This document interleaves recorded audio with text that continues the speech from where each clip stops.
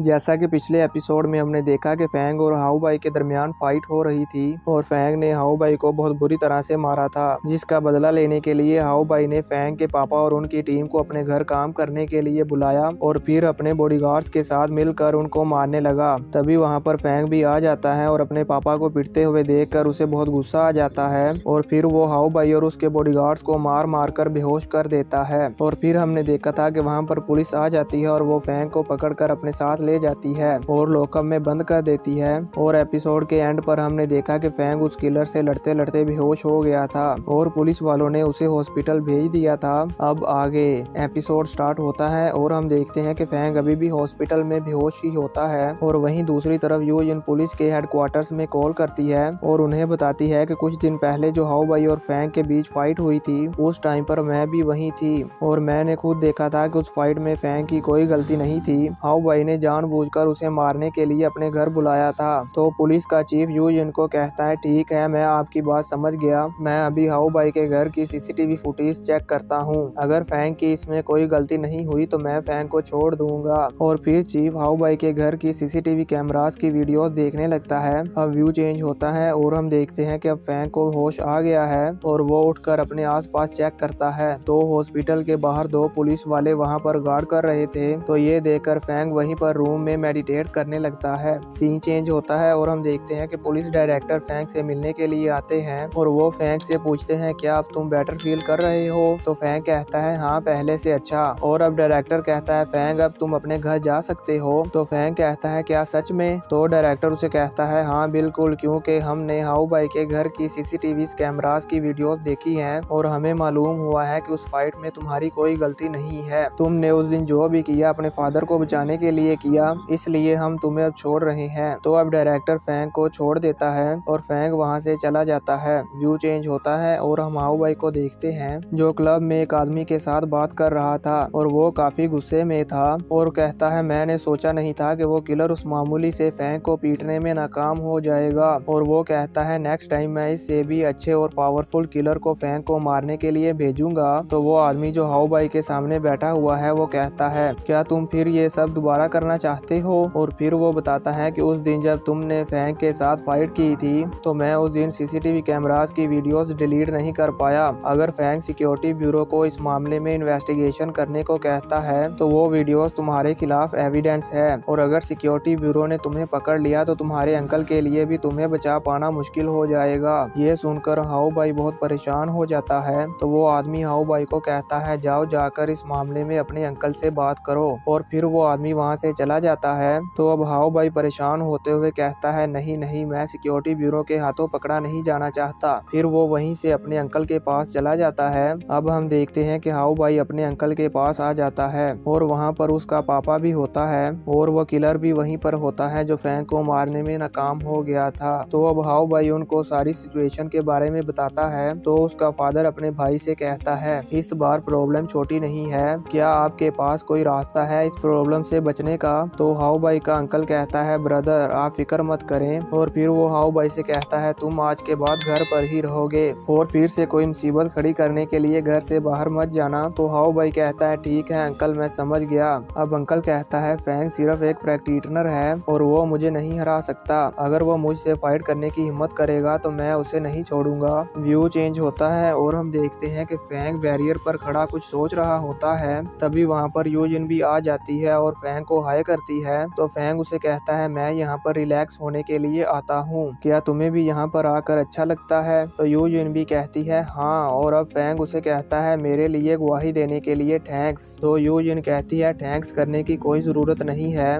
मैं तुम पर बिलीव करती हूँ। और फिर वो और भी बातें करते हैं। अब नेक्स्ट डे हम देखते हैं कि फैंग वॉरियर बनने के लिए ट्रायल टेस्ट को देने के लिए जाता है और जिस जगह पर फैंग का टेस्ट है उस जगह के बारे में हाउ बाई के अंकल को भी मालूम था, इसलिए वो चुपके से वहां पर चला जाता है और एक बहुत डेंजरस मॉन्स्टर का एग वहां पर रख कर वापस आ जाता है और कहता है मैंने सोचा नहीं था कि वो मामूली सा लड़का उस किलर से बच जाएगा। और कहता है अब मैं देखता हूँ तुम मेरे इस वार से कैसे बचोगे। सीन चेंज होता है और हम देखते हैं कि फैंग का एग्जाम स्टार्ट हो गया है और जिगजियान हॉल के डायरेक्टर इस एग्जाम को मॉनिटर कर रहे होते हैं और वो देखते हैं कि फैंग पर एक मॉन्स्टर अटैक कर देता है। पहले तो फैंग उससे बचकर भागता है और फिर एक टेक्निक को यूज करते हुए उस मॉन्स्टर को किल कर देता है। तो डायरेक्टर ये देखकर बहुत खुश होता है और अब एक और मॉन्स्टर फैंग पर अटैक करने वाला होता है कि तभी कोई उस मॉन्स्टर को पीछे से पकड़कर खींच लेता है और फैंग उसको नहीं देख पाता। तो फैंग जल्दी से उसके पीछे जाकर देखता है तो उसे वहां पर मॉन्स्टर ईगल नजर आता है। वो ईगल मॉन्स्टर भी फैंग को देख लेता है और बहुत गुस्से में आ जाता है।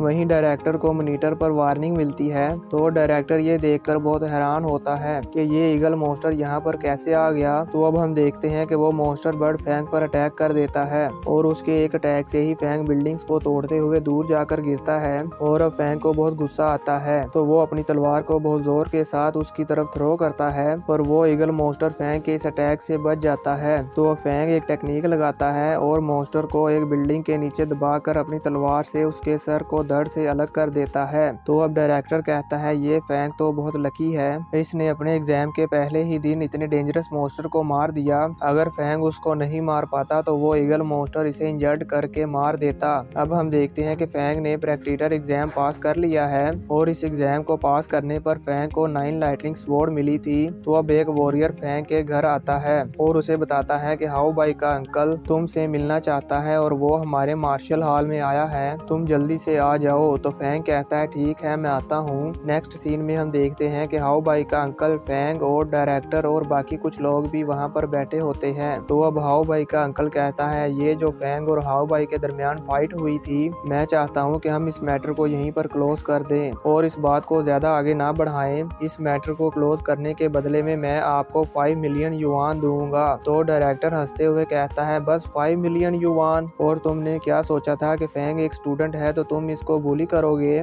और अब फैंग को परेशान करने के बाद तुम अचानक से यहाँ पर आ गए। मुझे ऐसा क्यों लगता है कि तुम जिगजियान हॉल में कुछ गड़बड़ करने के लिए आए हो। तो हाउ बाई का अंकल कहता है कि आपकी क्या डिमांड है। तो डायरेक्टर कहता है 50 मिलियन युआन और साथ में तुम फैंग के पापा से घुटनों के बल बैठकर माफी भी मांगोगे। फैंग हमारे जिगजियान हॉल का स्टूडेंट है, अगर इसकी फैमिली को कोई नुकसान पहुंचाता है तो ये हमारा फर्ज है कि हम इसको इंसाफ दिलाएं। तो ये सुनकर हाउ बाई का अंकल कहता है ठीक है मैं 50 मिलियन दे दूंगा पर घुटनों के बल बैठकर माफी नहीं मांगूंगा। तो डायरेक्टर कहता है अगर फैंग इस पर एग्री करता है तो हमें कोई प्रॉब्लम नहीं, अब ये फैंग ही डिसाइड करेगा कि क्या करना है। तो फैंग कहता है कि हाउ बाई ने मुझे तो नुकसान पहुंचाया, यहाँ तक तो ठीक था, पर उसने मेरी इनोसेंट फैमिली को टारगेट बनाया, मैं इस मैटर को लॉ के मुताबिक ही फॉलो करूंगा। तो हाउ बाई का अंकल कहता है क्या ये बच्चा रूल्स को जानता है। तो डायरेक्टर कहता है हम फैंग के डिसीजन की रिस्पेक्ट करते हैं। तो हाउ बाई के अंकल को ये सुनकर बहुत गुस्सा आता है और वो कहता है क्या आप इस बात पर श्योर हैं। तो डायरेक्टर कहता है हाँ हम फैंग के डिसीजन की कदर करते हैं। तो अब हाउ बाई का अंकल फैंग को धमकी देकर वहाँ से चला जाता है। तो अब फैंग डायरेक्टर और बाकी सबको कहता है मेरी सपोर्ट करने के लिए शुक्रिया। अब हम हाउ बाई के अंकल को देखते हैं, वो जिगजियान हॉल के बाहर खड़े होकर कहता है मैंने कभी नहीं सोचा था